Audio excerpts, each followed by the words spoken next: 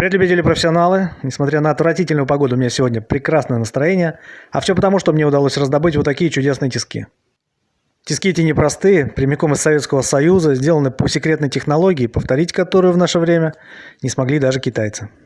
Но если честно, то это высокотехнологичная вещь 60-х или 70-х годов, пользоваться которой в наш компьютерный век сможет не каждый. Именно это, я думаю, и стало причиной того, что, не разобравшись в конструкции и особенностях, их попросту сдали в металлолом. Кстати, там, я думаю, был тоже не первым, кто положил на них глаз. Но так как технология была редкая, можно сказать, секретная, то никто из претендентов так и не разобрался, что с ними не так. Я же встречался с такими тисками раньше, поэтому, просто взглянув на них и перевернув, понял, что с ними все в порядке, надо хватать. К сожалению, год выпуска мы уже вряд ли увидим, зато у тисков сохранилась поворотная платформа. Из глобального требуется замена одной губки, ну и немного косметического ремонта.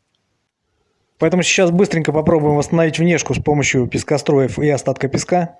Постараюсь перебрать их, надеюсь, что механизм цел, потому что восстановление его или изготовление нового практически не имеет смысла и стоит довольно внушительных денег. Ну а дальше, ребята, покажу вам принцип работы, а самое главное плюшки, которые дают эти тиски. И вы поймете, что сравнивать их с такими тисками, даже отмеченными знаком качества, вот такими, ну и тем более такими, абсолютно бессмысленно. Потому что эта вещь, ну, можно сказать, просто шедевр советской творческой мысли. И дать умереть ему в металлоломе мне просто не позволяет совесть.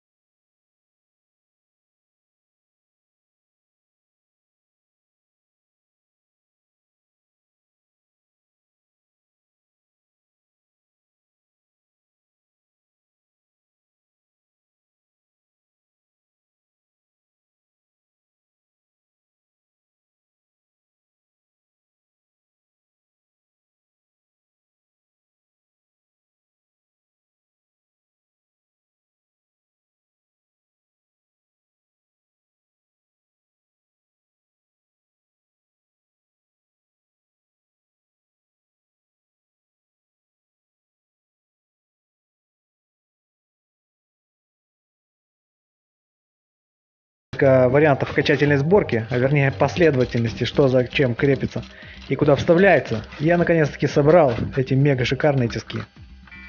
Ну а дальше совсем немного грунта и переходим к показательным выступлениям. Итак, ребята, пока наш грунт потихоньку подсыхает, покажу вам главную фишку этих тисков. Как многие уже догадались, они у нас быстро зажимные. Берем обыкновенное тонкое железо и, как в обычных тисках, фиксируем его. Естественно, занимаемся какой-то обработкой, а дальше смотрите самое интересное. Делаем всего полоборота нашим винтом, и наши тиски готовы зажать заготовку гораздо большего размера. В данном случае это 60 мм.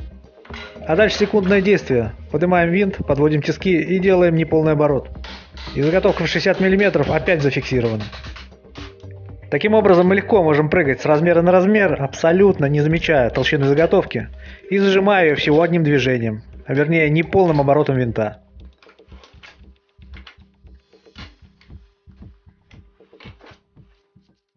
Но это, ребята, еще не все. Если выкрутить винт до упора и выдвинуть наши тиски на максималку, то они работают абсолютно так же, как обыкновенные тиски. То есть если нам, допустим, надо запрессовать цилинблок или что-то сжать, мы легко можем это сделать. Кстати, максимальный вылет тисков практически стандартный, а ровно 180 мм. Но если кому интересно, то ширина губок 140 мм. Из максимально выдвинутого состояния с помощью винта, делая всего 22 оборота, ход подвижной части составляет 110 мм. Ну а что касается нагрузки, которую тиски передают заготовки, то я думаю, она абсолютно одинаковая с обыкновенными тисками. И используя даже метровую трубу в качестве удлинителя, вам вряд ли удастся сломать советское качество. Так что, ребята, я думаю, что эти быстрозажимные тиски по праву занимают первое место среди слесарных, благодаря своей продуманной конструкции, простоте и функционалу. А вот почему они не отмечены знаком качества СССР, мне, честно говоря, немного непонятно. В 1978 году знак этот раздавали точно, возможно, он просто был на пескоструйной шильде. Так что, ребята, если у кого-то тоже есть такие секретные тиски с сохранившимися надписями, то обязательно напишите, был на них знак качества или нет. Также не совсем понятно, почему китайцы не переняли эту технологию, потому что, я думаю, патент уже давно в открытом доступе. Ну а если знаете ответы на этот вопрос, то не поленитесь, обязательно черканите. Ну а на сегодня все, ребята. Прямые руки вам в помощь. Всем удачи, здоровья. Прорвемся.